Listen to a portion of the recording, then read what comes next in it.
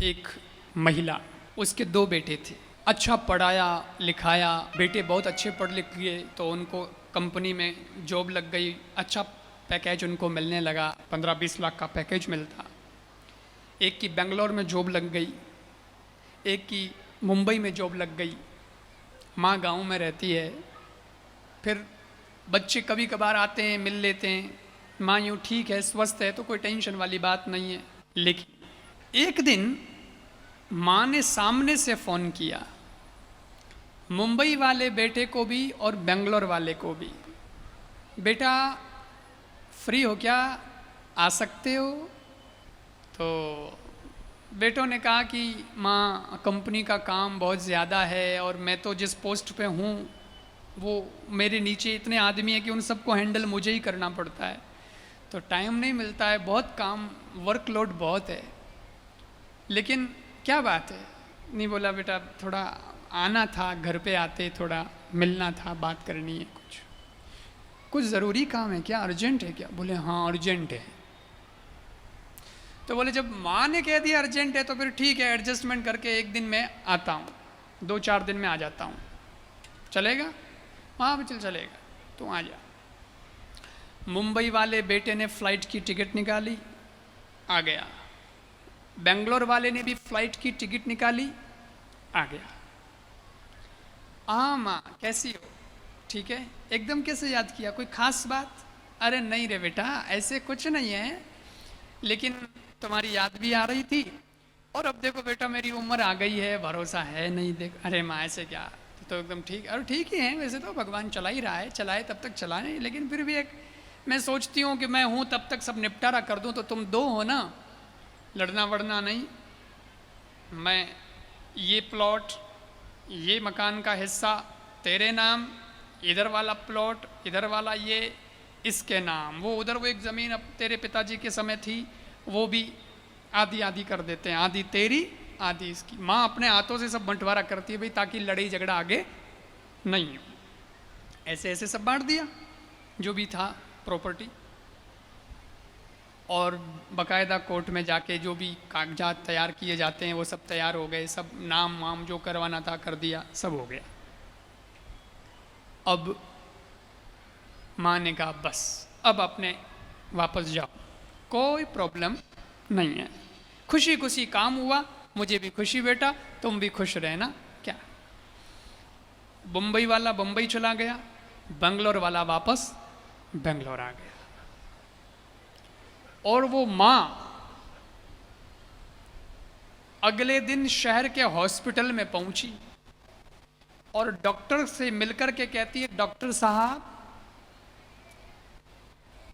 वो मैंने महीने भर पहले चेकअप कराया था मेरा, तो आपने कहा था ना कि तुम्हारे तो माथे में कुछ ब्रेन ट्यूमर है और उसका ऑपरेशन करना पड़ेगा, तो अब मैं तैयार हूं, ऑपरेशन कर सकते हो।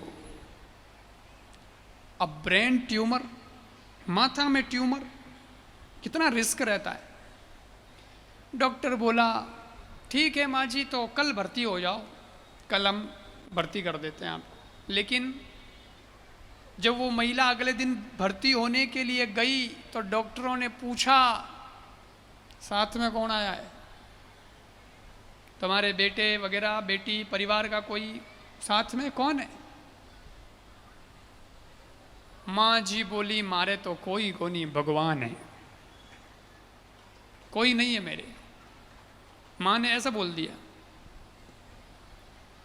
डॉक्टरों को लगता है कि कुछ हो जाए कर जाए, तो भाई कोई हो तो उससे साइन करवा लें परिवार के आदमी से, ताकि अपने ऊपर नहीं आवे कि भाई साइन करवाया था हमने तो। अब जब कोई है ही नहीं इस डोगरी तो साफ मना कर दियो, डोगरी के मारे तो कोई आगे कोई ला रहे, भाई कोई मैं हूं जो कि मैं हूं।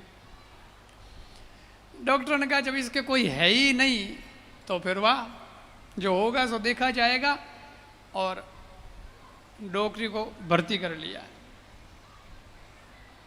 उस महिला का ऑपरेशन हुआ, ब्रेन ट्यूमर का ऑपरेशन हुआ, बड़ा लंबा ऑपरेशन चला, बहुत घंटे लगे, लेकिन डॉक्टरों ने बहुत अच्छे से ऑपरेशन किया, खूब अच्छे से। और सज्जनों, जब ऑपरेशन हो गया और 2 दिन निकल गए, डोकरी अब होश में है, आराम से अब बोलने चलने लग गई है, तब डोकरी बोली, बुढ़िया बोली, डॉक्टर साहब ये वाले नंबर लगाओ और मेरे बेटे को बुला लो।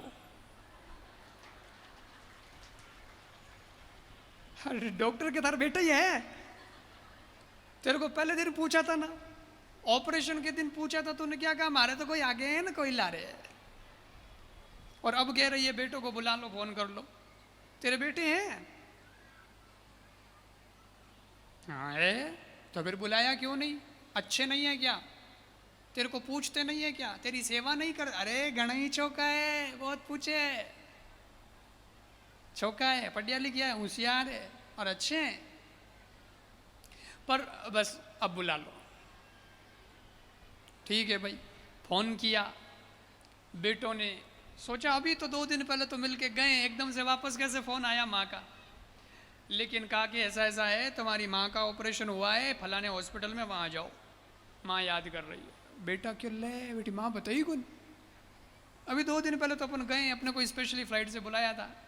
खैर बेटे वापस फ्लाइट पकड़ के दोनों आए, बम्बई और बेंगलोर वाले।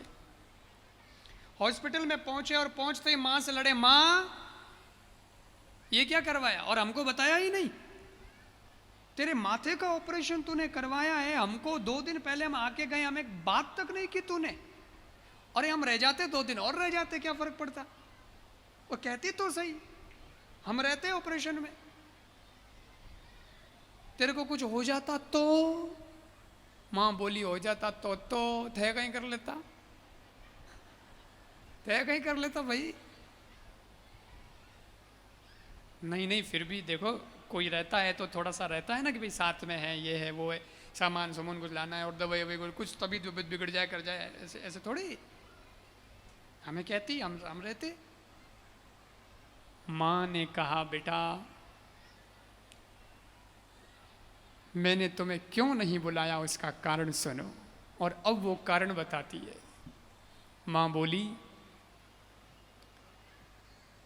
मैं एक बार और हॉस्पिटल में भर्ती हुई थी बेटा, अभी तो हुई हूं, उसके पहले एक बार और हॉस्पिटल में भर्ती हुई, लेकिन तब मैं गर्भवती थी और तुम्हारे पापा भी थे, मेरे ससुर जी भी थे, सास सब थे, और प्रेगनेंसी हो गई थी, वो सब फिर वो भर्ती करा दिया कि भाई अब समय आ गया है जन्म का बच्चों के, तो हॉस्पिटल में मेरे को भर्ती कराया।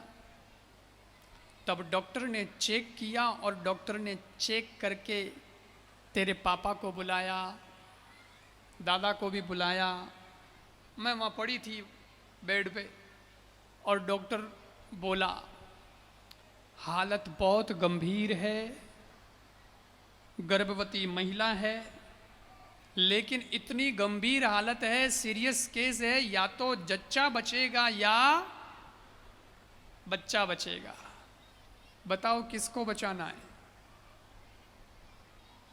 और साइन करना पड़ेगा, नहीं तो हम नहीं, केस हाथ में नहीं लेंगे, आपको साइन करके देना पड़ेगा।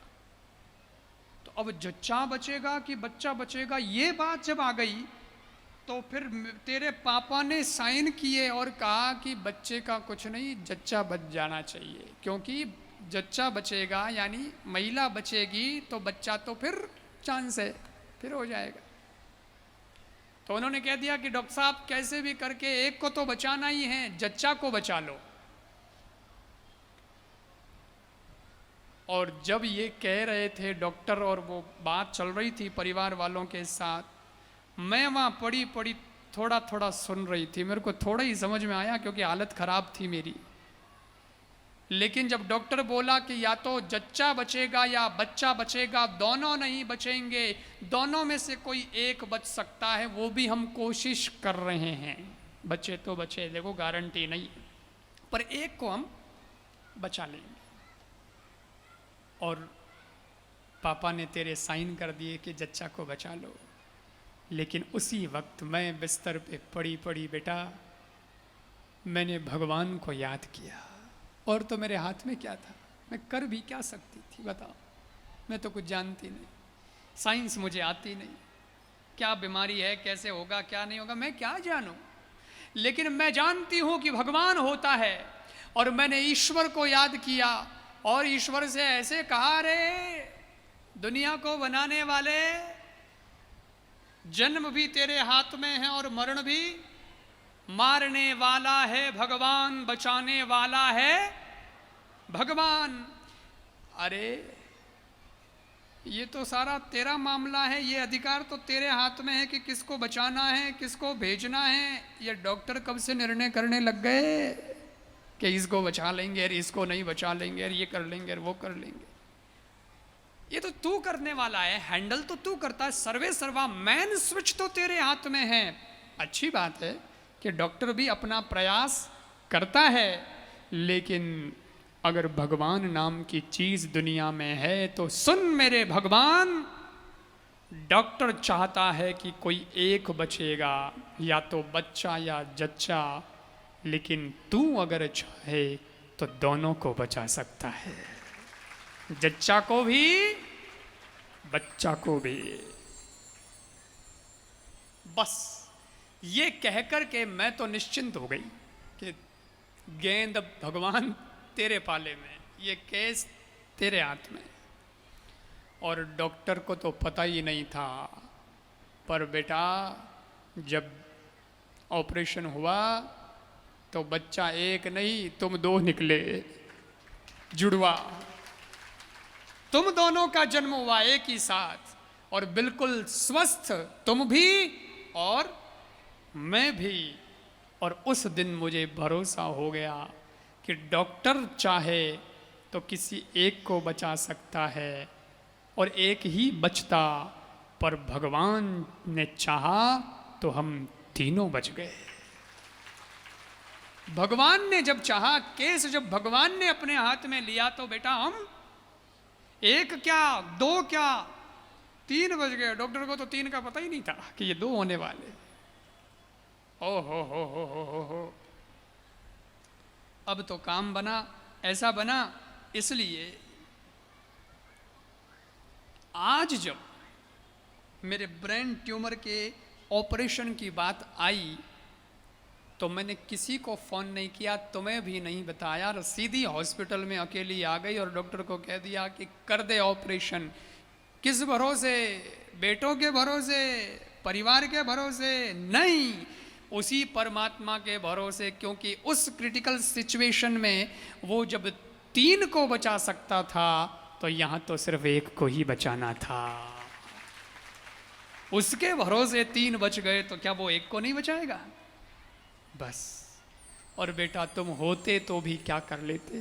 केस बिगड़ जाता तो तुम सिर्फ आंसू टपकाते कि माँ थी और चली गई। लेकिन उसके भरोसे में आई तो देख लो एकदम स्वस्थ हूँ, ऑपरेशन बढ़िया हो गया, सक्सेस हो गया। अब बताओ सज्जनों, प्रार्थना में ताकत है कि नहीं?